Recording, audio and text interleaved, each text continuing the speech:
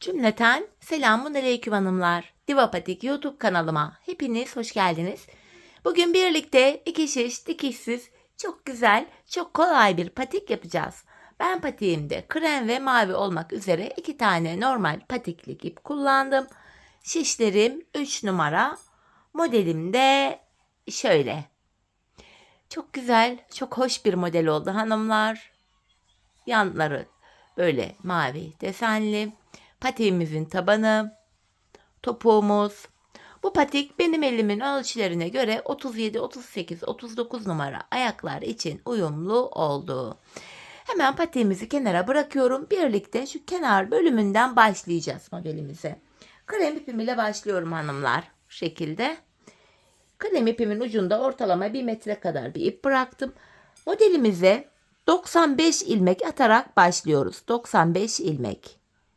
Birinci ilmeğim, 2, 3, 4, 5, 6 bu şekilde 95 ilmek atalım gelelim. 95 ilmek attım hanımlar. Şimdi geri dönüyorum. İpimizin ucunda bir miktar ip kaldı. Bu ipimiz beklesin, tabanda tekrar kullanacağız. Kenar ilmeğimi aldıktan sonra bu ilk sıramızda ilmeklerimizin tamamını ters olarak örüyorum. Sıra sonuna kadar ilmeklerimizi bu şekilde ters örelim gelelim. Sıra sonuna kadar ilmeklerimi ördüm. Şimdi geri dönüyorum. Geri döndük, ön yüzdeyiz hanımlar. Ön yüzde olduğumuzu şöyle kabul ediyorum. Şu başlangıç ipimiz eğer sol taraftaysa ön yüzdeyiz demektir. Bu bölümde ön yüzde düz, arka yüzde ters örgü uygulaması yapacağız. Şimdi ön yüzdeyim. Kenar ilmeğimi aldıktan sonra ilmeklerimizi sıra sonuna kadar bu şekilde düz olarak öreceğim. Ardından geri döneceğim. Arka yüzde de ilmeklerimi ters olarak öreceğim. Bu şekilde 2 sıra öreceğiz. Sonra aynı işlemi tekrar edeceğiz. Ön yüzde düz, arka yüzde ters. 2 sıra daha öreceğiz. Bu şekilde ilmeklerimizi örelim, gelelim hanımlar. Ardından birlikte modelimize başlayalım. Evet hanımlar, ilmeklerimi ördüm ve geldim bu şekilde. Şimdi ön yüzdeyiz. Bu mavi ile desenimize başlayacağız hanımlar. Desenimiz normalde 7 sıradan oluşuyor. Şimdi ön yüzde model kurulumu yapacağız. Modelde birinci sıramız hanımlar. Ön yüzde ve arka yüzde modelimizi yapacağız. Modelde bir sırayı tamamlamış olacağız. Bu sıramızda hanımlar ilk 2 ilmeğimi mavi ile örüyorum. İlk 2 ilmeğimi şöyle. Şu birinci ilmeğim. Şu da ikinci ilmeğim. Hemen ikinci ilmekten sonra mavi ipimin ucunu düğümlüyorum. Bu sıramızda hanımlar ilk 2'yi mavi ile ördüm. Bir ilmek krem örmeden alıyorum. Bir mavi örüyorum. Bir ilmek krem örmeden alıyorum. Bir ilmek maviyi düz örüyorum. Bir kremi örmeden aldım. Bakın şu mavi ipin ucunu da atlatarak getirdim. Gizlemiş oldum. Bir mavi örüyorum. Bir krem örmeden aldım. Bir mavi ördüm. Modelde birinci sıramız ön yüzde bu şekilde yapılıyor hanımlar. Bir mavi örüyorum. Bir krem örmeden alıyorum. Bu şekilde. Sıra sonuna kadar ilmeklerimizi böyle örelim gelelim. Evet, ilmeklerimi ördüm. Bakın hanımlar, bir krem örmeden aldım. Son 2 ilmek. Bunu mavi ile örüyorum. Son 2 ilmeği de ördüm. Geri dönüyorum. Birinci sırayı arka yüzde tamamlayacağız şimdi. Hanımlar, arka yüzde kenar ilmeğimi örmeden alıyorum. Mavi ilmeklerimi ters örüyorum. İpim arka yüzde benden tarafta. Kremlerimi örmeden alıyorum. Mavi ilmeklerimi ters örüyorum. Krem ilmeklerimi örmeden alıyorum. Bu şekilde. Ön yüzde ve arka yüzde ilmekleri örünce modelin bir sırasını yapmış oluyoruz. Şöyle. Sıra sonuna kadar ilmeklerimizi bu şekil örelim gelelim. Evet hanımlar, ilmeklerimi ördüm. Bu aşamada arka yüzde son ilmeğimi örmeden bıraktım. Çünkü ön yüzde renk geçişi yapacağız. Şimdi geri döndüm. Krem ipimi alıyorum. Modelde ikinci sıramızı yapacağız hanımlar. Bu sıramızda ilk ilmeğimi örerek başlıyorum. Renk geçişi olduğu için bir ilmek ördüm kenara. Şimdi buradaki bir ilmek maviyi örmeden alıyorum. 3 tane krem öreceğim. 1 2 3. Modele aynen benim gibi başlayın. İlk ilmeğimizi ördük. Bir mavi örmeden alıyoruz. 3 krem örüyoruz. Bir maviyi örmeden alıyoruz. 3 ilmek krem. 2, 3. Bir maviyi örmeden aldım. 3 tane krem örüyorum. Bir maviyi örmeden aldım. 3 krem. Bir mavi örmeden alıyorum. 3 ilmek krem örüyorum. Sıra sonuna kadar bu şekilde devam ediyor hanımlar. Bakın. Şöyle. İlmeklerin tamamını bu şekilde örelim gelelim. Evet hanımlar, sıra sonuna kadar ilmeklerimi ördüm. Bakın ilk başta yaptığımız gibi bir krem bir mavi var. En sonunda bir krem bir mavi bu şekilde. Şimdi arka yüzde ikinci sıramızı tamamlayacağız. Kenar ilmeğimi aldıktan sonra bakın mavi ilmeklerimi yine örmeden sağ şişime alıyorum. Krem ilmeklerimi ters örüyorum. Maviyi örmeden aldım. Krem ilmeklerimi ters örüyorum. Bu şekilde. Kremlerim ters, mavileri ipim benden tarafta örmeden alıyorum. Sıra sonuna kadar ilmeklerimizi örelim gelelim. Evet hanımlar, arka yüzde ilmeklerimi ördüm. En son 3. kremimi ördükten sonra sıradaki bir maviyi örmeden aldım. Sonuncu ilmeğimi de örmedim. Çünkü ön yüzde yine renk geçişi yapacağız. Mavi ipimizi alıyoruz. Şimdi ön yüzde modelimizde 3. sıramız hanımlar. İlk 3 ilmeğimi mavi ile öreceğim. İlk 3 ilmek mavi. 1, 2, 3. Bir kremi örmeden alıyorum. 3 tane mavi örüyorum. Bir kremi örmeden alıyorum. 3 tane mavi örüyorum. Bir krem örmeden aldım. 3 ilmek mavi. Bir krem örmeden aldım. 3 ilmek mavi. Bu şekilde. 3. sıramızda da böyle yapıyoruz hanımlar. Desenimiz bu. Sıra sonuna kadar örelim gelelim. Sıra sonuna kadar ilmeklerimi ördüm. Arka yüzdeyiz. 3. sıramızı arka yüzde tamamlayacağız şimdi de. Kenar ilmeğimi aldıktan sonra mavi ilmeklerimi ters örüyorum. Kremlerimi örmeden sağ şişimi alacağım. İlmekleri gördüğümüz gibi örüyoruz. Arka yüzde olduğumuz için ters örüyoruz. Bu şekilde. Bakın şeklimiz şöyle. Sıra sonuna kadar örelim gelelim.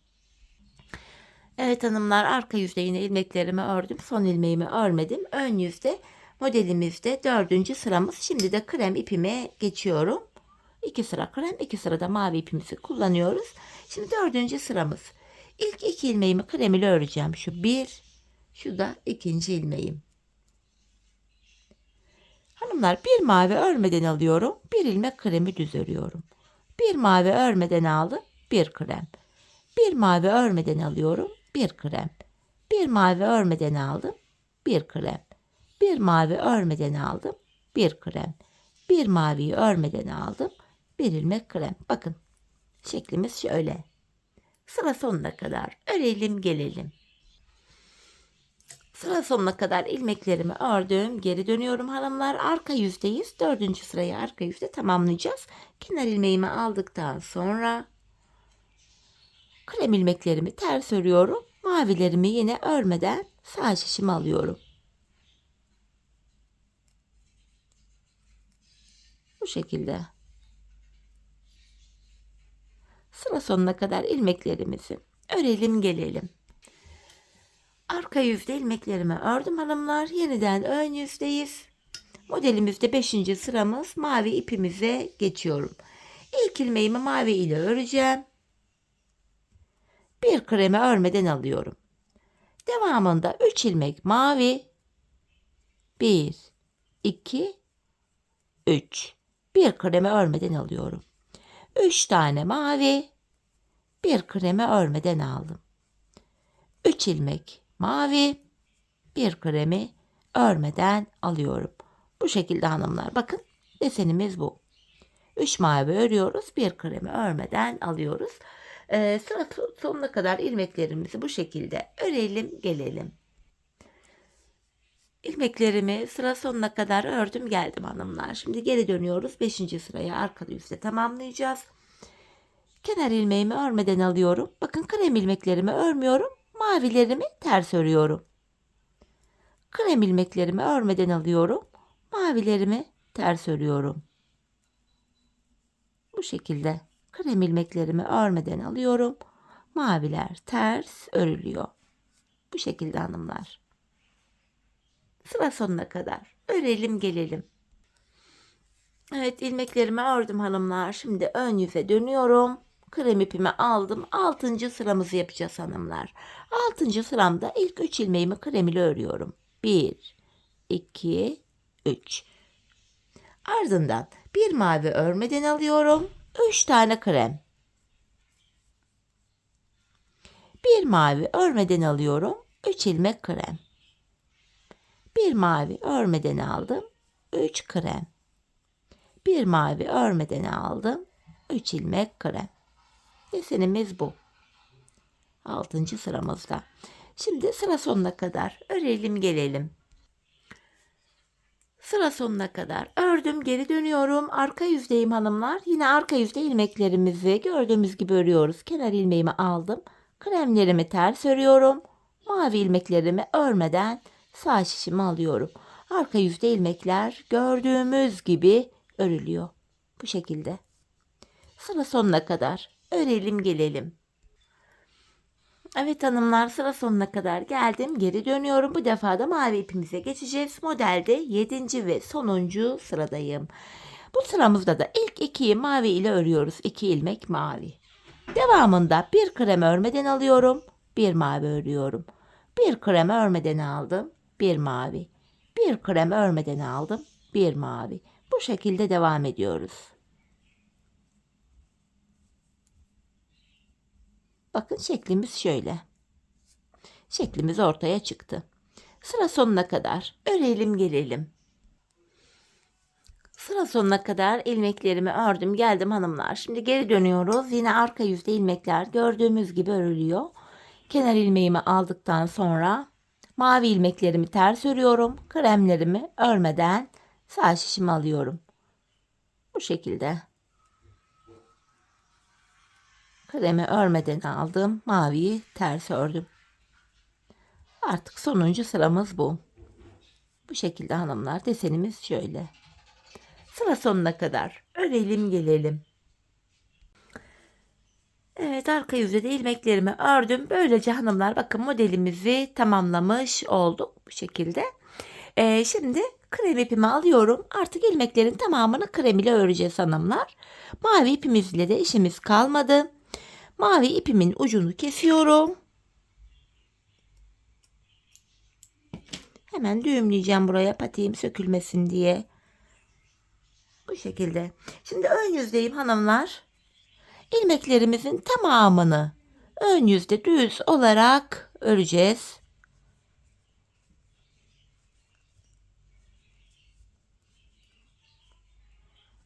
Bu şekilde. Ön yüzde sıra sonuna kadar ilmeklerimizi örelim hanımlar. Ardından arka yüzde de tekrar ilmeklerin tamamını ters olarak örelim. Bu şekilde 2 sıra örmüş olacağız. Ön yüzde düz, arka yüzde ters. Bu şekilde örelim gelelim hanımlar. Ardından patiğimizin şu üst bölümüne birlikte geçelim. Evet hanımlar, ön yüzde düz, arka yüzde ters 2 sıra ilmeklerimi ördüm. Tam bu ortadan başlayarak patiğin üst bölümünü yapacağız. 95 ilmeğimiz vardı. Ortaya 3 ilmek ile başlayacağız. 95'ten 3 ilmeği çıkartıyorum. Ortaya ayırdığımız 3 ilmeği. Geriye 92 ilmek kalıyor. 92 ilmeği de iki yana eşit paylaştırınca yanlara 46'şer ilmek düşüyor. Öncelikle bu sağ şişime 46 ilmeğimi örmeden alacağım. Bakın şu 1, 2, 3, 4, 5, 6, 7, 8, 9, 10, 11, 12, 13, 14, 15, 16, 17, 18, 19, 20, 21, 22, 23, 24, 25, 26, 27, 28, 29, 30, 31, 32, 33, 34, 35, 36, 37, 38, 39, 40, 41, 42, 43, 44, 45, 46. 46 ilmeğimizi aldık. Şimdi şu ipimizi şu düğüm atacak kadar şu kenarda bırakıp bakın krem ipimi şöyle buradan kestim. Tam ortadan itibaren ekleyeceğiz hanımlar. Şimdi ortaya 3 ilmek öreceğim. Bu orta bölümde haroşa örgü yapacağız hanımlar. Ben hem ön hem arka yüzde düz örgü örerek haroşalarımı örüyorum. 3 ilmek öreceğim buraya. 1, 2 ve üçüncüyü örmeden önce hemen şuraya da bir düğüm atalım. Şurada üçüncü ilmeğim. 3 ilmek ördüm. Şimdi geri dönüyorum. İpim karşıda. İlk ilmeğimi örmeden aldım. İkinci ve üçüncü ilmeğimi ördüm. Tekrar geri dönüyoruz. Buraya 3 ilmek ile bir diş haroşa ördük. Şimdi ipimiz yine karşıda, ilk ilmeğimizi örmeden aldım. Şu üçüncü ilmeğimi ördükten sonra hemen şu kenardan 2 ilmeği keserek örüyorum. Bunu da ortaya ekledik. Ortada 4 ilmek oldu. Geri dönüyorum. İpim karşıda, yine ilk ilmeğimi aldım. Bu defa 4 ilmeği öreceğim. Şu 2, 3, 4. Şimdi de bu kenardan 2 ilmek keserek ördüm. Ortada 5 ilmek oldu. Geri dönüyorum.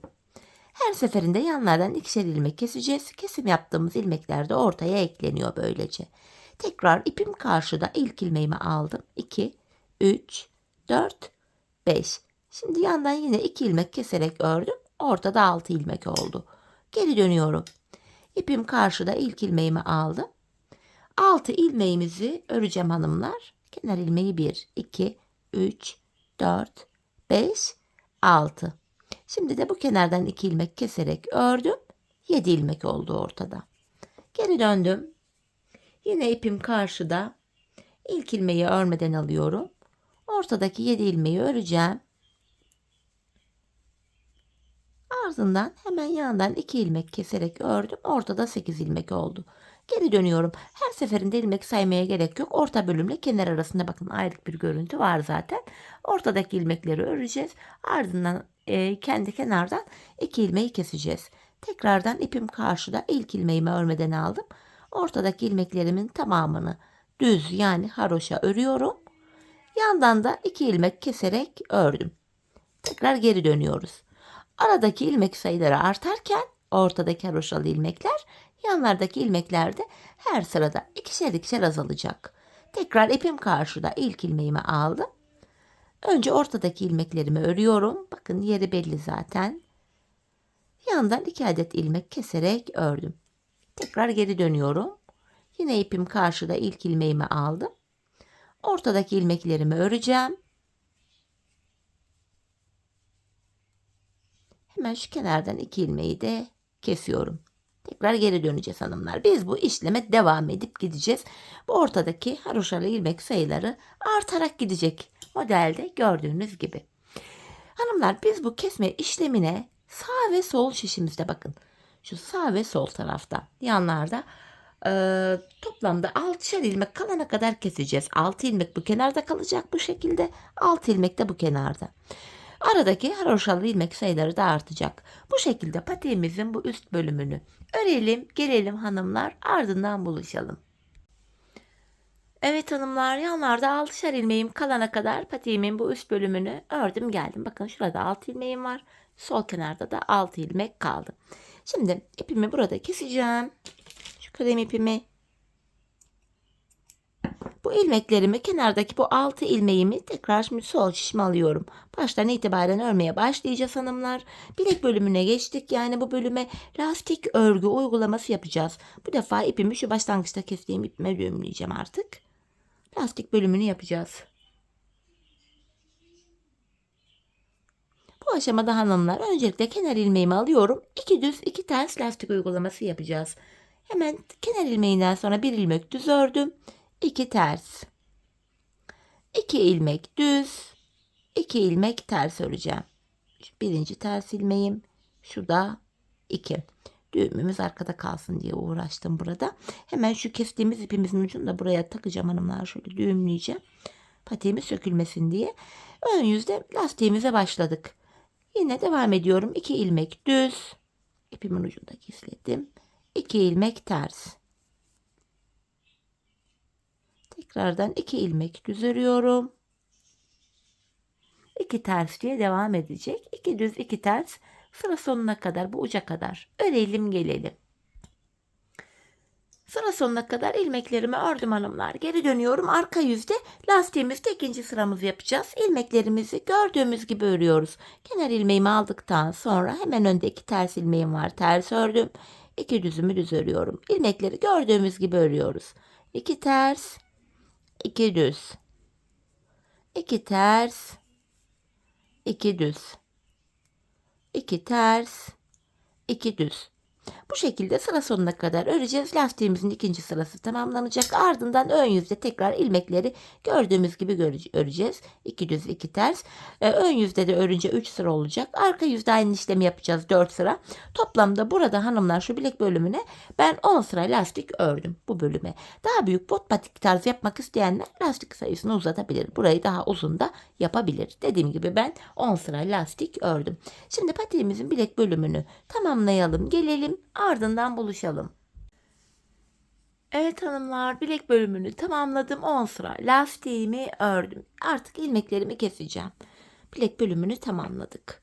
İkişer ikişer toplayarak ilmeklerimi kesiyorum hanımlar. Çok sıkı bir kesim yapmayalım. Biraz esnek olsun.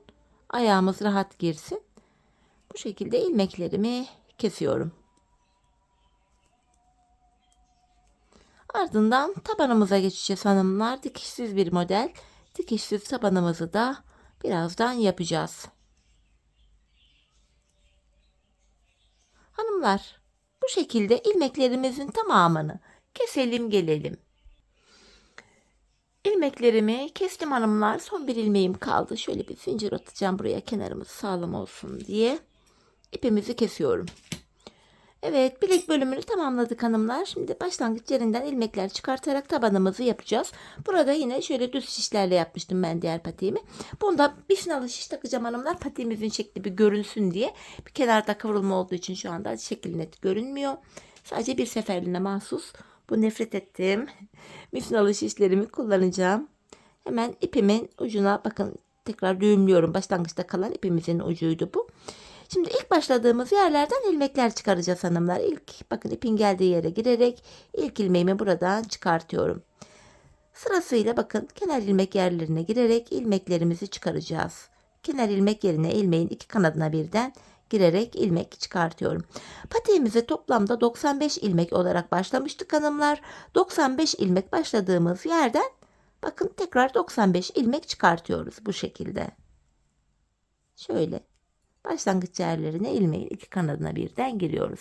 Şöyle burada bakın 4, 8, 12 ilmek olmuş. Bu uçtan bakın şu diğer uca kadar 95 ilmek çıkaracağız. Şimdi ilmeklerimizi çıkartalım gelelim. Evet hanımlar, diğer uca kadar 95 adet ilmeğimi bu şekilde çıkarttım. Bakın patiğimizin şekli de böyle daha net göründü. Şeklimiz bu.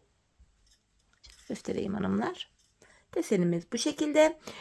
Şimdi yine misinalı şişten kurtulacağım hanımlar. Normal şişe geçiyorum. Şekli gösterebilmek için böyle misinalı kullanmıştım tek sıralığına. Bu aşamada kenar ilmeğimi örmeden alıyorum. Diğer ilmeklerimi normal haroşa yani düz olarak örüyorum. Sıra sonuna kadar ilmeklerimizin tamamını bu şekilde örelim gelelim. Evet, sıra sonuna kadar ördüm hanımlar. Geri dönüyorum, ön yüzdeyim. Artık burundan başlayarak tabana geçeceğiz. Şişimizde 95 ilmek var. 9 ilmek buruna ayırıyorum. 95'ten 9'u çıkartınca geriye 86 ilmek kalıyor hanımlar. 86 ilmeği de iki yana eşit paylaştırınca yanlara 43'er ilmek düşüyor. Tabanımızı yapabilmek için öncelikle bu ilk kenardaki 43 ilmeğimizi öreceğiz. 2 oldu. 3, 4, 5, 6, 7, 8, 9. Bu şekilde 43 ilmek örelim gelelim. 43 adet ilmeğimi ördüm. Burnumuz için 9 ilmek daha öreceğim. 9 ilmek. 1, 2, 3, 4, 5, 6, 7, 8, 9. Saydığımızda şu sol kenarda da 43 ilmek kalıyor. 9 ilmekten sonra geri dönüyorum hanımlar. İpim karşıda, ilk ilmeğimi örmeden aldım. 9 ilmeğimi öreceğim. Şu ikinci ilmeğim 3, 4, 5, 6, 7, 8, 9. Tekrar geri döndüm. 9 ilmek ile buraya bir diş haroşamızı ördük hanımlar. Şimdi tabanımız 15 ilmek olacak. 15 ilmek olana kadar da her sırada yanlardan birer ilmek örerek ortaya ekleyeceğiz. Yine ipim karşıda, ilk ilmeğimi örmeden aldım. 2, 3, 4, 5, 6, 7, 8, 9. Bir ilmek kenardan örerek ortaya ekledim. 10 oldu. Geri dönüyorum. İpim karşıda, ilk ilmeğimi örmeden aldım. 10 ilmeğimi öreceğim. 2, 3, 4, 5, 6, 7, 8, 9, 10. Bir ilmek de bu kenardan örerek ortaya ekledim. 11 oldu. Tekrar geri dönüyorum. Yine ipim karşıda, ilk ilmeğimi aldım. 11 ilmeğimi öreceğim. 4, 5, 6, 7, 8, 9, 10, 11. Bir ilmek kenardan örerek ortaya ekledim. 12. Geri dönüyorum. Yine ilk ilmeğimi aldım. 12 ilmeğimi öreceğim. 4, 5, 6, 7, 8, 9, 10, 11, 12. Bir ilmek kenardan örerek ortaya ekledim. 13 oldu. Geri döndüm. Yine ip karşıda, ilk ilmeğimi aldım. 13 ilmeğimi örüyorum. 4, 5, 6, 7, 8, 9, 10, 11, 12, 13. Bir ilmek kenardan örerek ortaya ekledim. 14. Tekrar geri dönüyorum. Yine ipim karşıda, ilk ilmeğimi aldım. 14 ilmek öreceğim. 4, 5, 6, 7, 8, 9, 10, 11, 12, 13, 14 ve bir ilmek kenarda dönerek ortaya ekledim. 15 oldu. Artık 15 ilmek üzerinden kesimler başlayacak. Bu aşamada ilk 14 ilmeği öreceğim. 15. de kesimimi yapacağım. Yine ipim karşıda, ilk ilmeğimi aldım. 14 ilmeğimi örüyorum hanımlar. 2, 3, 4, 5, 6, 7, 8, 9, 10, 11, 12, 13, 14. 15. ilmekte yandan da bir ilmek alıp ikisini kestim. Kesimden sonra geri dönüyorum. Yine ipim karşıda ve ilk ilmeğimi örmeden aldım. Tekrar 14 ilmek öreceğim. 2, 3, 4, 5, 6, 7, 8, 9, 10, 11, 12, 13, 14, 15. ilmekte yandan da bir ilmek alıp ikisini kesiyorum. 15 ilmek üzerinden taban böyle yapılıyor. Yine aynı işlemi tekrar edeceğiz. İlk ilmeğimi aldıktan sonra sayarak gidiyorum. 2, 3, 4, 5, 6, 7, 8, 9, 10, 11, 12, 13, 14. 15. ilmekte yandan da bir ilmek alıp ikisini kestim. 15 ilmek üzerinden taban böyle örülecek. Biz bu kesme işlemine hanımlar sağ ve sol şişimizde yanlarda 3'er ilmek kalana kadar devam edeceğiz. Kenarlarda 3'er ilmek kalana kadar. Şimdi hep birlikte tabanımızı örelim gelelim.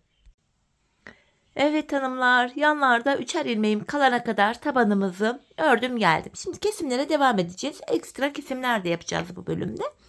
Yine ipim karşıda, ilk ilmeğimi örmeden aldım. 14 ilmeğimizi öreceğim hanımlar. 5 oldu. 6, 7, 8, 9, 10, 11, 12, 13, 14. 15. ilmekte yine yandan da bir ilmek alıp ikisini kesiyorum. Burada 2 ilmeğimiz kaldı. Geri döndüm. Yine ilk ilmeğimi örmeden alıyorum. Hemen ardından öndeki 2 ilmeğimi kestim.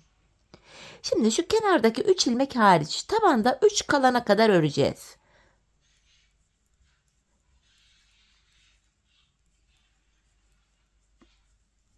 Bakın 3 ilmeğim kaldı. Yine öndeki 2 ilmeği kesiyorum.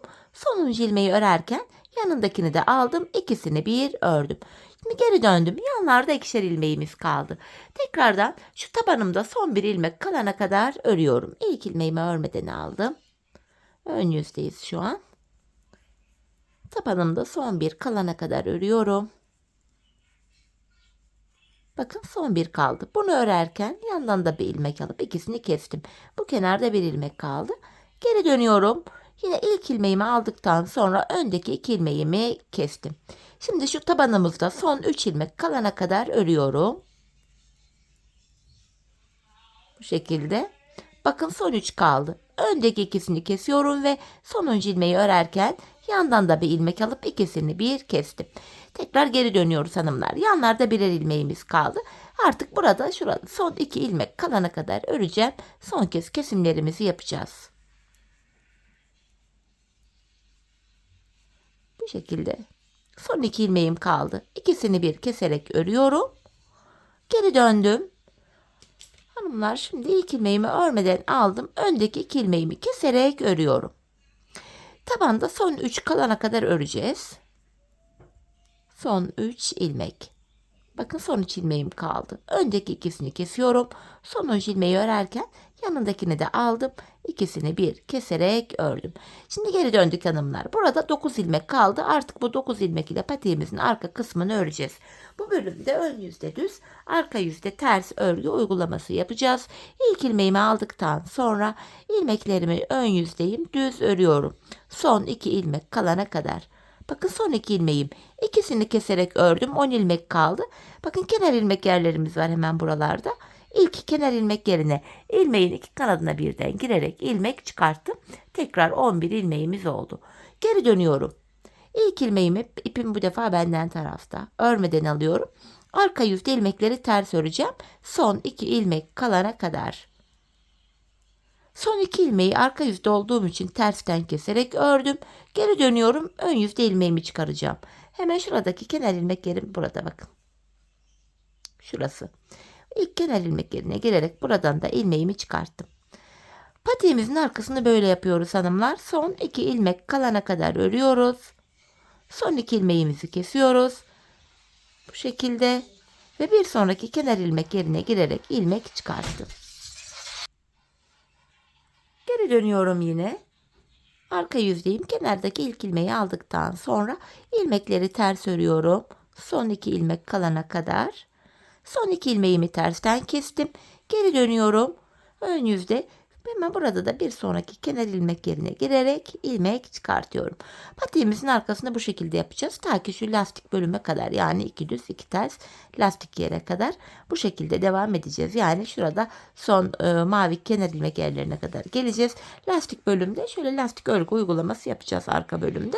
Buraya kadar ilmeklerimizi örelim. Lastik bölümde buluşalım.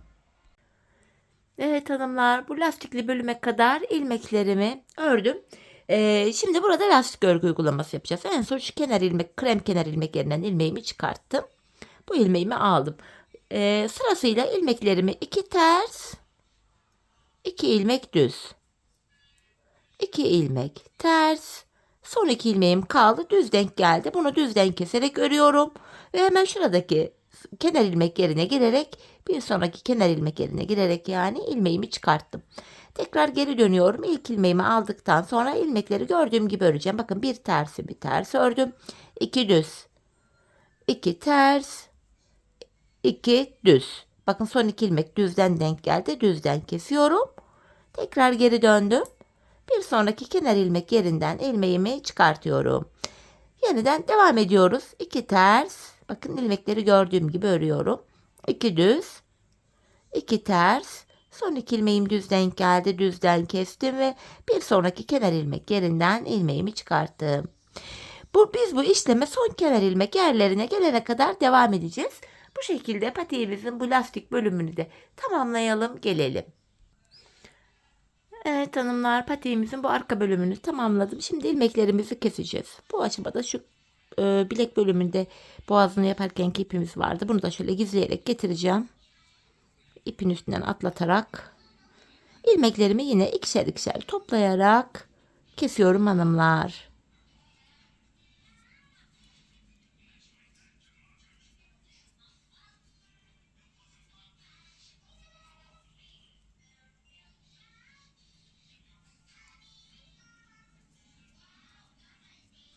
Son bir ilmeğim kaldı. Onu da kestim. Hemen şu kenarda yüksek bir görüntü oluşmasın diye şöyle dibine batarak burayı düzleyeceğim. Şöyle. 2 de zincir çekip artık ipimizi kesiyorum. Patiğimizi tamamladık. Hemen ipimizin ucunu gizleyeceğim. Sonra modelimize bakalım. Şöyle zincir tekniğiyle düğümleyerek gizlememi yapıyorum. Bakın şöyle. Patiğimiz bu kadardı hanımlar. Gayet örmesi zevkli, kolay bir modelde. 2 şiş dikişsiz Bakın. Görüntü olarak patiğimiz şöyle hanımlar. Gayet esnek, ayağı saran bir yapısı var. Hemen manken ayağıma da giydireyim. Birlikte ayaktaki görüntüsüne de bakalım. Ben çok beğenerek, çok severek yaptım. Umarım sizler de patiğinizi benimle birlikte beğenerek, severek yaparsanız, yapacak olanlara da şimdiden kolay gelsin diyorum hanımlar. Modelimizin mankendeki duruşta bakın bu şekilde çok şık, çok zarif, kullanışlı bir model oldu. Ayağı saran bir yapısı var. Dikeysiz olması itibariyle de oldukça kullanışlı. Ayağı asla rahatsız etmiyor. Patiğimizin topuk bölümü yine bu şekil. Modelimiz bu. Evet hanımlar, yine birlikte güzel bir modelin daha sonuna geldik. Umarım sizlere faydalı, hoş bir video olmuştur. Yeni modellerde, yeni videolarda buluşmak dileğiyle. Şimdilik hoşça kalın, sağlıcakla kalın.